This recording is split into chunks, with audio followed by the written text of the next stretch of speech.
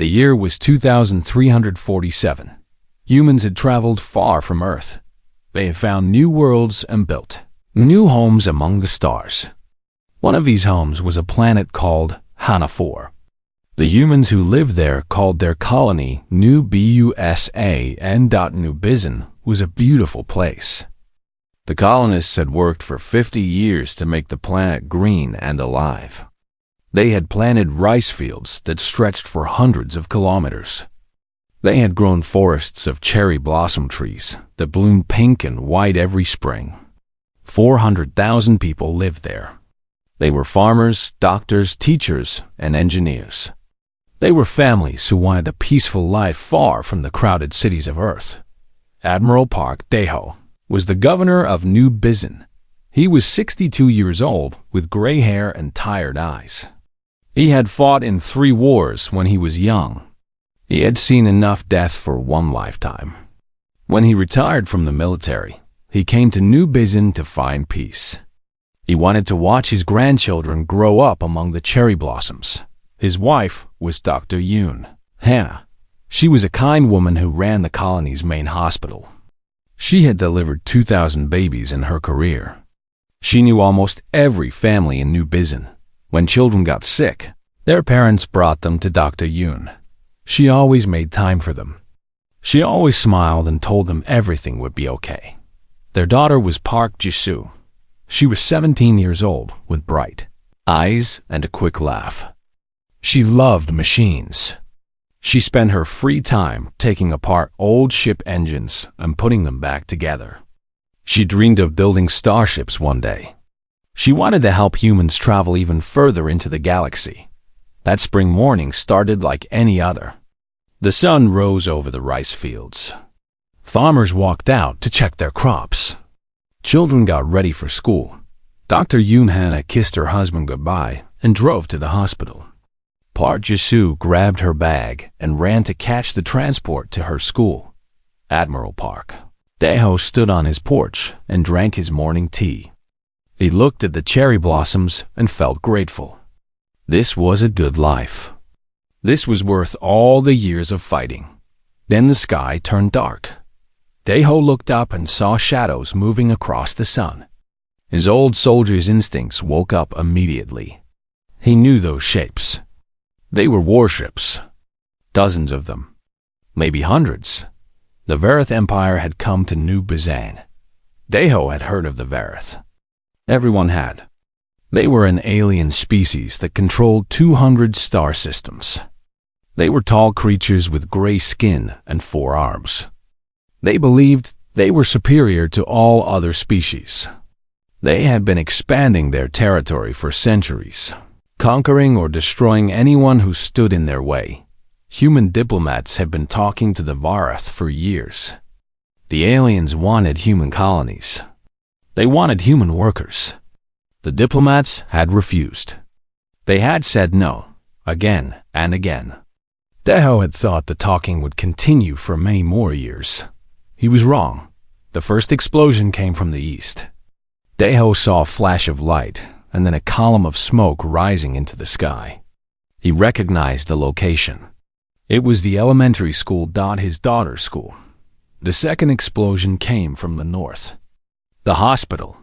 His wife's hospital. Daeho ran to his communication console and tried to contact the Colonial Defense Force. There was no answer. He tried to contact the orbital stations. Nothing. The Varith had jammed all communications. More explosions came, one after another. Daeho watched his colony burn. But something was strange. The Varith were not bombing everything. They were choosing their targets carefully. Schools, hospitals, community centers, daycare facilities, places where women and children gathered. Daeho finally understood. This was not an invasion. This was a message. He grabbed his old service pistol and ran outside. He ran toward the hospital. He ran faster than he had run in 20 years. His lungs burned. His legs screamed. He did not care. The hospital was gone. Where it had stood, there was now a crater of smoking rubble. Daeho climbed into the ruins. He threw aside broken concrete and twisted metal. He called his wife's name again and again. He found her under a collapsed wall. She had been shielding a child with her body. The child was dead. His wife was still breathing, but barely. Daeho held her in his arms. Blood soaked through his clothes. Hannah opened her eyes and looked at him. She tried to speak, but no words came out. She touched his face with her broken hand. Then she was gone. Daeho sat in the rubble and held his wife's body. He could see the smoke rising from his daughter's school in the distance. He already knew what he would find if he went there. The bombardment lasted 90 minutes. When it stopped, 127,000 human women and girls were dead. The Varith had killed them with surgical precision. They had not touched the men. They had not touched the factories or the spaceports. A message appeared on every screen in the colony. It was from the Varith High Command. The message was simple. Your females are dead. Submit, or your males will follow.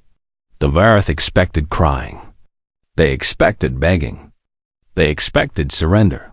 Instead, they got silence. Admiral Park Daeho stood up slowly. He laid his wife's body down gently. He walked out of the ruins and looked up at the Varith ship still hanging in the sky. His hands did not shake. His voice did not tremble.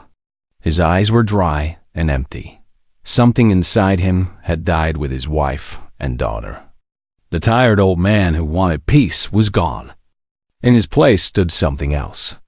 Something cold. Something patient. Something that would not stop until every Varith was dead. The war had begun. The news spread across human space in hours. Every colony, every station, every ship heard about New Bizon. They saw the images. They read the numbers. 127,000 women and girls. Dead. At first, there was silence. Then there was grief. Then there was something else. The Galactic Assembly met on the neutral station of Centrum 7. Representatives from 40 alien species gathered to discuss the situation. They expected humanity to ask for help. They expected humans to beg for protection. They expected negotiations. The human ambassador walked to the podium.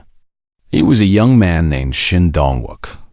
He had lost his mother and sister in the attack. He stood before the assembly and said nothing for a long moment. Then he played a recording. It was audio from New Bizon. The screams of children in a burning school. The cries of mothers trying to protect their babies. The sound lasted for 3 minutes. When it ended, Ambassador Shin turned off the recording. He looked at the assembly. "We will not negotiate," he said. "We will not ask for help. We will handle this ourselves." Then he walked out. On Earth, the government declared total war.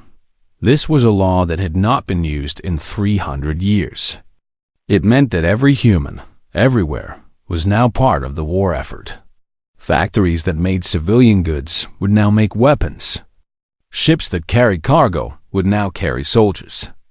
Scientists who studied plants would now study how to kill Varith. The draft notices went out. Every human between 18 and 50 years old was called to serve. Not just soldiers, engineers, doctors, pilots, cooks, mechanics. Everyone had a job to do. Captain Kang Sunwoo received his orders on his ship, the Indomitable. He was 35 years old and had served in the Navy for 12 years. He was a good officer, calm, professional, careful. When he read the casualty list from New Bizon, he found 3 names he knew. His mother, his older sister, his younger sister. They had been visiting the colony for a family wedding. Sunwoo sat in his cabin for 1 hour. He did not move. He did not speak. His first officer knocked on his door 3 times. He did not answer. Then he stood up. He washed his face. He put on his uniform. He walked to the bridge of his ship and addressed his crew. "The Varith killed our mothers," he said. They killed our sisters. They killed our daughters. They thought this would make us weak. They were wrong. It made us strong. We are going to find every Vareth ship. We are going to destroy every Vareth station. We are going to burn every Vareth world. And we will not stop until they are gone. His crew cheered. It was not a happy sound. It was the sound of people who had nothing left to lose. On Mars, General Choi Mira came out of retirement. She was 68 years old and had been the most brilliant military commander of her generation. She had won 3 wars without losing a single major battle. She had retired 10 years ago to spend time with her family. Her daughter had been a doctor on New Bizin. She had been working as a volunteer at a children's clinic. She was 34 years old. She had just told her mother that she was pregnant. General Choi accepted command of the First Vengeance Fleet. When reporters asked her about her strategy, she gave them 3 words: no quarter given. The Vareth watched all of this with amusement. They had 3,000 warships. The humans had 400. They had been conquering species for 10,000 years. The humans had only been in space for 300. This would be easy. But the Vareth did not understand humans. Human factories began running 24 hours a day. Workers did double shifts, then triple shifts. They worked until they collapsed from exhaustion. Doctors gave them medicine to keep them awake. They went back to work. Engineers designed new weapons in days instead of years. They did not worry about safety tests. They did not worry about efficiency. They only worried about one thing. Could it kill Vareth? Civilians volunteered by the millions. Old men who had not held a weapon in 40 years signed up for combat duty. Teenage boys lied about their age to join the military. Women who had lost their daughters demanded to serve on the front lines. Mining ships were taken apart and rebuilt as torpedo carriers. Cargo haulers became troop transports. Luxury yachts owned by rich families were donated to the Navy and converted into missile boats. No one complained.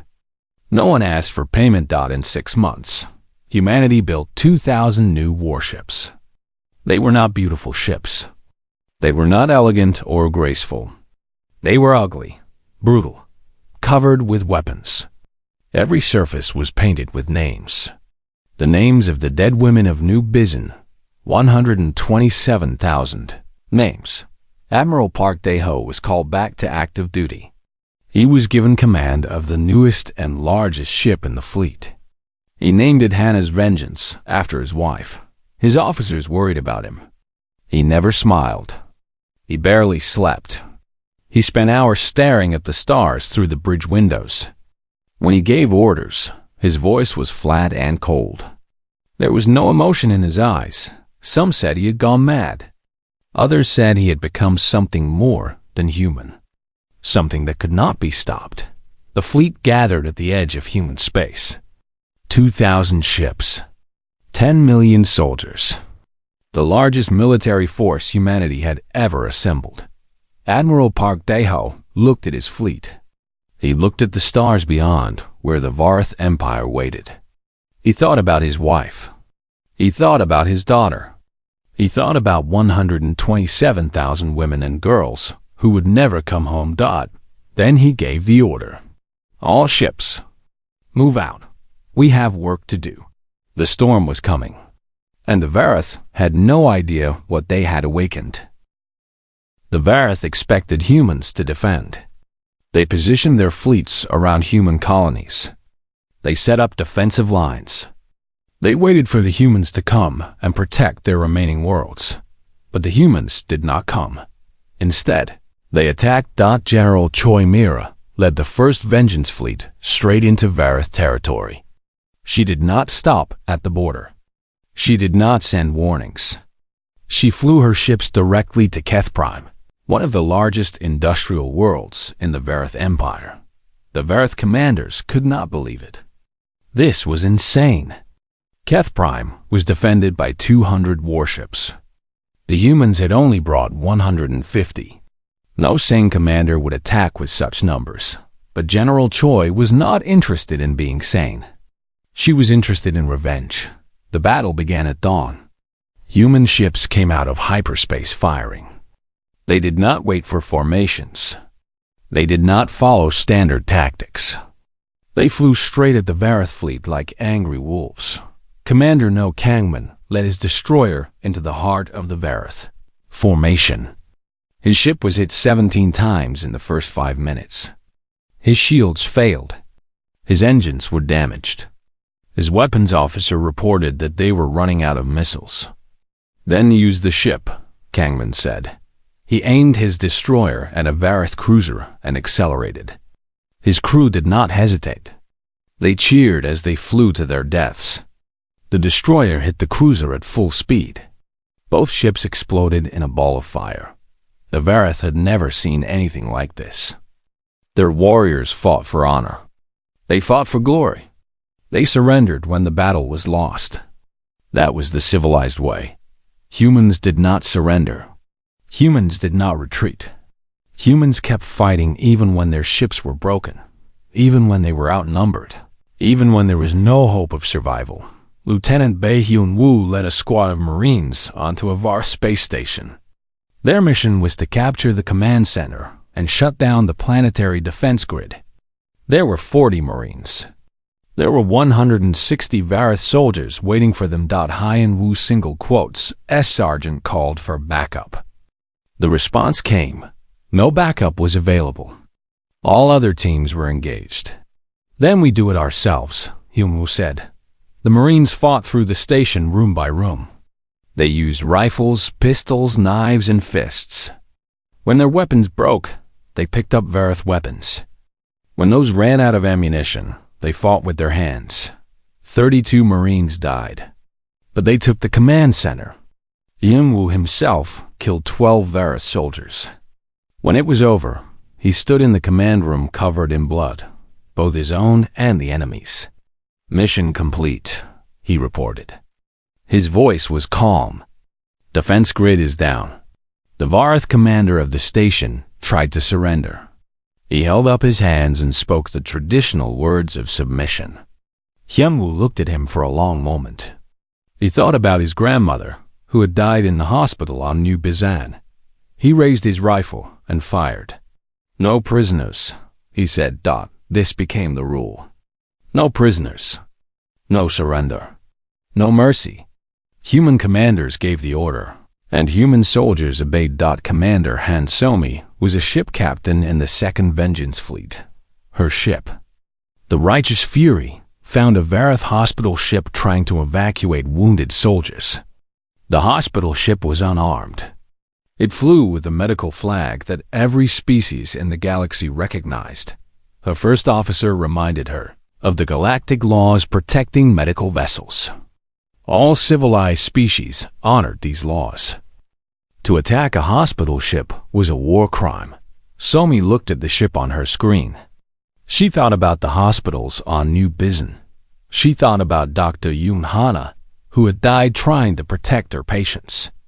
Did they honor our hospitals? She asked. Did they spare our wounded? Did they care about galactic law when they bombed our children? She gave the order to fire. The hospital ship exploded. There were no survivors. The Galactic Assembly condemned humanity. They called the attacks barbaric. They called humans savages. They demanded that humanity follow the rules of war. Ambassador Shin Dong-wook responded with a single statement. The rules of war ended on New Bizan. The Vareth decided that. Not us. We are simply following their example. The war continued. Human fleets struck deeper and deeper into Vareth territory. They destroyed military bases. They burned supply depots. They attacked colonies and stations without warning. Captain Kang Sun-woo led his ship, the Indomitable, in 18 battles in 3 months. He lost half his crew. He did not stop. He did not rest. He simply found more volunteers and kept fighting. In one battle, his ship was so badly damaged that his engineering officer said they should retreat. Sunwoo looked at the officer with his empty eyes. "Retreat to where?" he asked. "My family is dead. My home is ashes. There is no retreat. There is only forward." The Indomitable destroyed 3 more Vareth ships before the battle ended. Sunwoo was promoted to admiral. The Vareth began to panic. They had expected a short war.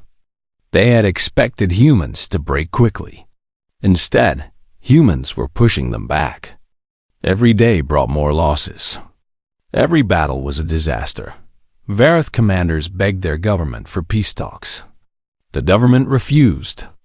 They could not admit defeat to a species they considered inferior. They ordered more ships to the front. They drafted more soldiers. It did not matter. The humans kept coming. 3 months after the war began, the Vareth had lost 800 warships, 6 colony worlds, and 40 orbital stations. Human losses were heavy too. But humans did not care about losses. They only cared about one thing: making the Vareth pay. General Choi Myra looked at the battle maps in her command center. The war was going well. Better than expected. But it was not enough. "Not yet. What is our next target?" her aide asked. General Choi pointed to a star on the map. "Vareth Prime. The Vareth homeworld. The heart of their empire. We end this," she said. "We go to their home. And we show them what we showed their colonies." The aide nodded. He understood. The Vareth had brought death to human homes. Now humans would bring death to theirs. The final battle was coming. The Vareth Empire was dying. Everyone could see it. Their fleets were broken. Their colonies were burning. Their people were afraid. Vareth diplomats traveled to every corner of the galaxy. They begged other alien species for help. They offered trade deals and territory. They promised anything in exchange for military support. No one accepted. The other species were afraid. They had watched the humans transform from peaceful farmers into something terrifying. They had seen the recordings of human ships ramming enemy vessels. They had heard the stories of human soldiers who fought until their last breath. They did not want to become the next target. "The humans have gone mad," the Vareth ambassador said to the Galactic Assembly. "They must be stopped. If we fall, they will come for you next." The assembly members listened in silence. Then the representative from the Karth Collective spoke. "You killed their women," he said simply. "You killed their children. You thought this would make them surrender. Instead, you woke something that should have stayed sleeping. This is your war. Fight it alone."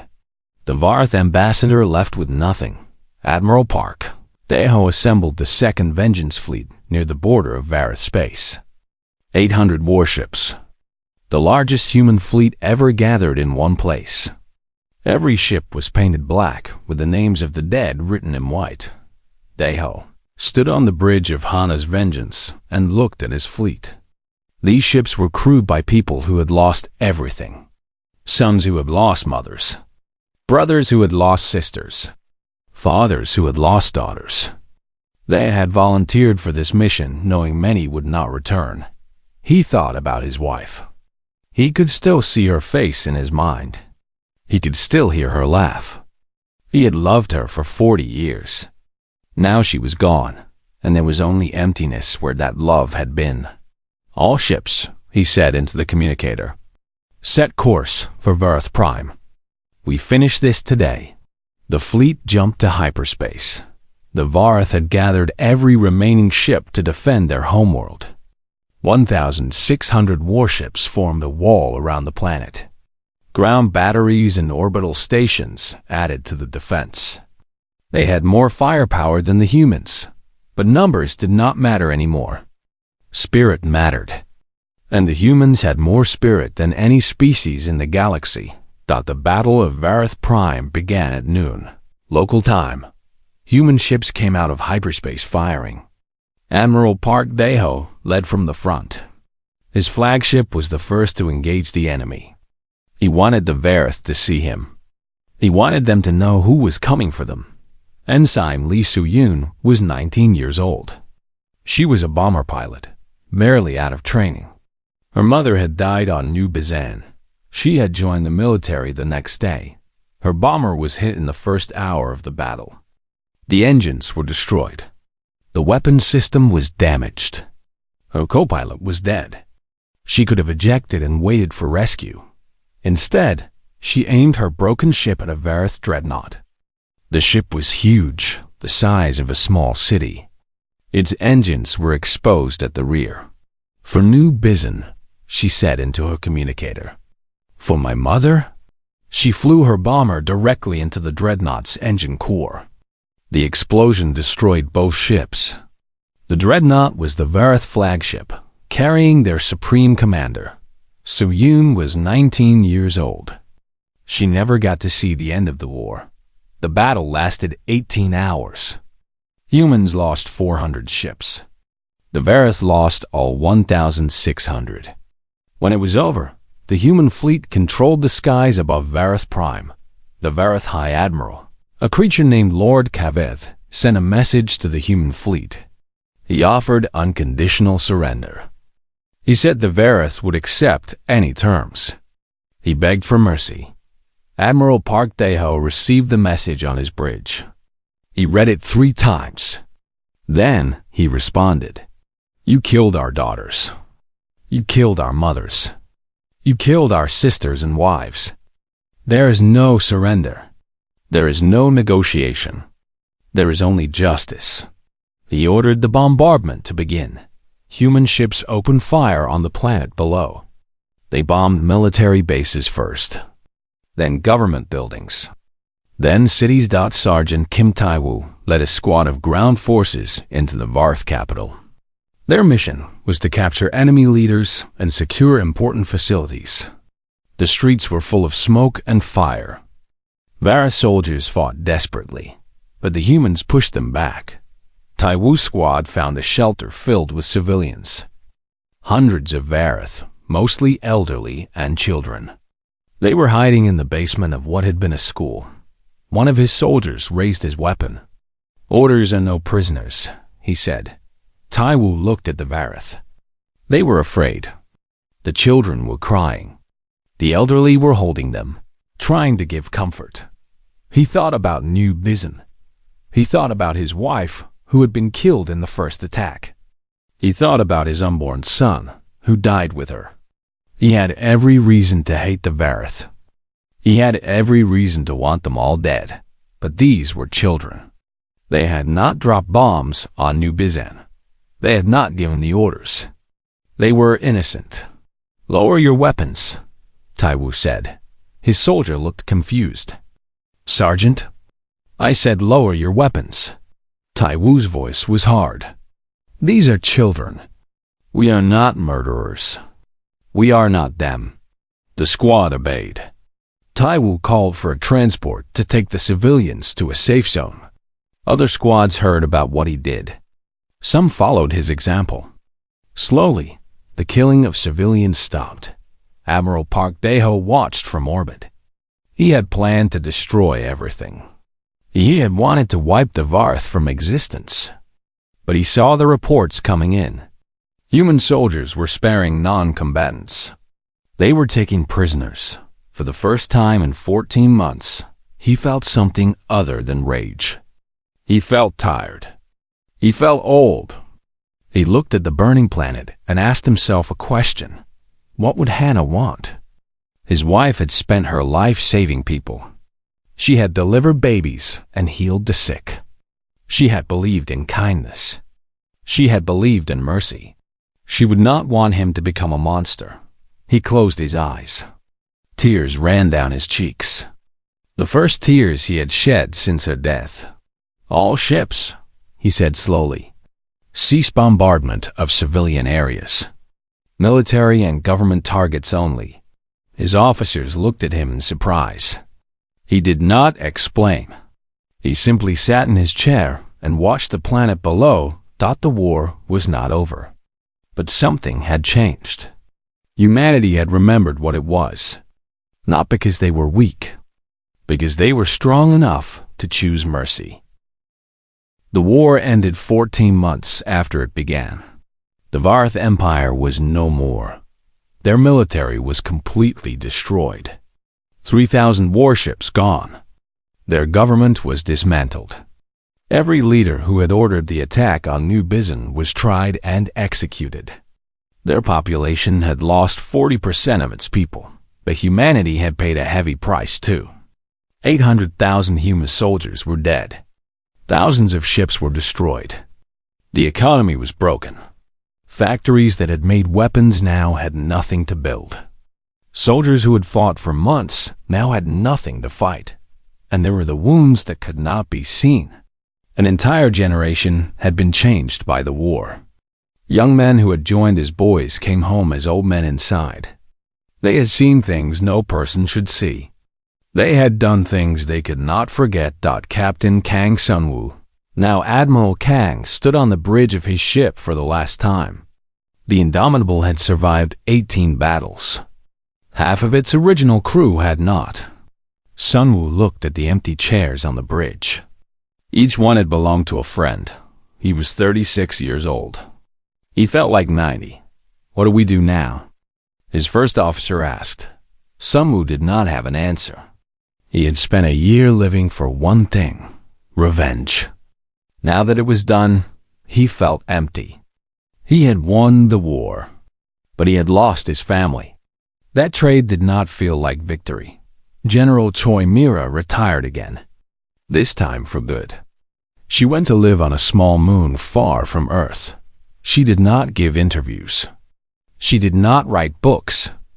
She spent her days gardening and looking at the stars. Sometimes, late at night, she would speak to her daughter. She knew her daughter was dead. She knew she was talking to empty air. But it helped. It reminded her that she had been human once, before the war turned her into a weapon. The Galactic Assembly gathered one final time to discuss the war. The alien races looked at the human delegation with new eyes. They had thought humans were soft, emotional, weak. They had been wrong. Minister Song Hai-jin represented humanity. She was 50 years old with gray in her hair. She had lost her husband in the war. She stood at the podium and looked at the assembly. "You called us savages," she said. "You condemned our methods. You said we were no better than the Varith. Perhaps you were right. Perhaps we did become monsters for a time." She paused. The assembly was silent. But understand this. We did not want this war. We wanted peace. We wanted to farm our colonies and raise our children and live quiet lives among the stars. We were happy to be neighbors. We were happy to trade and talk and learn from each other. Her voice grew harder. The Varith decided that was not acceptable. They decided that human women were acceptable targets. They decided that human children could be burned in their schools. They made that choice. Not us. She looked at each delegation in turn. So let this be a lesson. Humanity can be your greatest friend. We will share our knowledge. We will help your sick and feed your hungry. We will stand beside you against any enemy. She leaned forward. But if you harm our families, if you kill our women and children, if you attack the people we love, then you will learn what we learned, that humans are capable of great love. And when that love is torn from us, we are capable of becoming something that even we do not recognize. She straightened.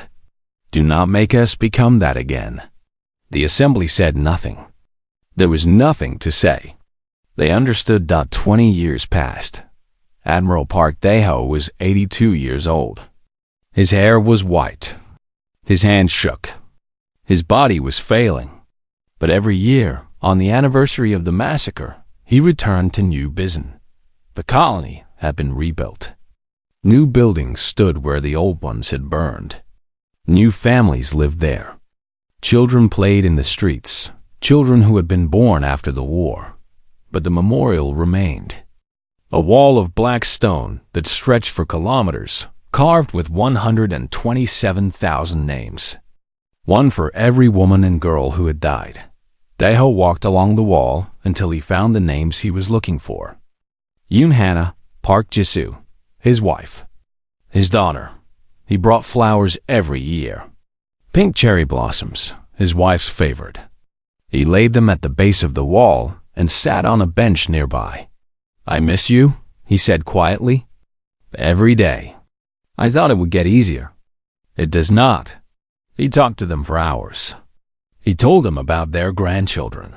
His son had survived the war and married a woman named Cha Mayan.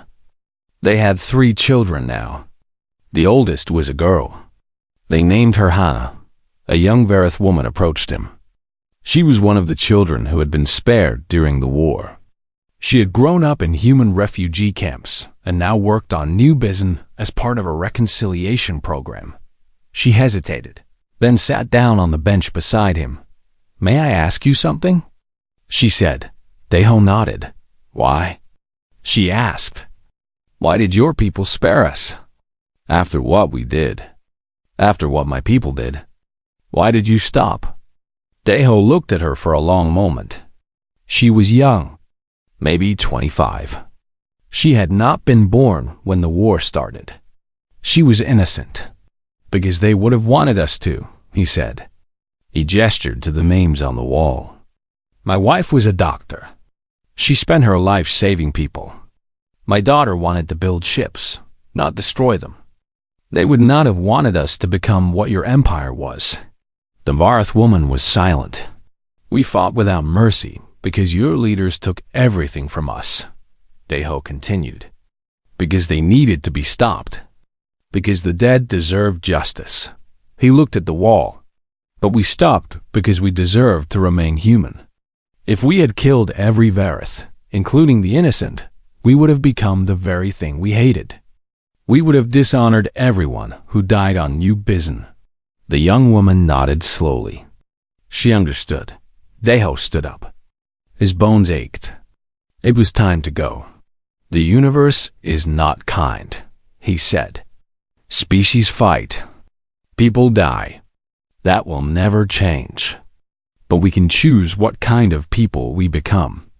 We can choose to remember our love, even when hatred would be easier."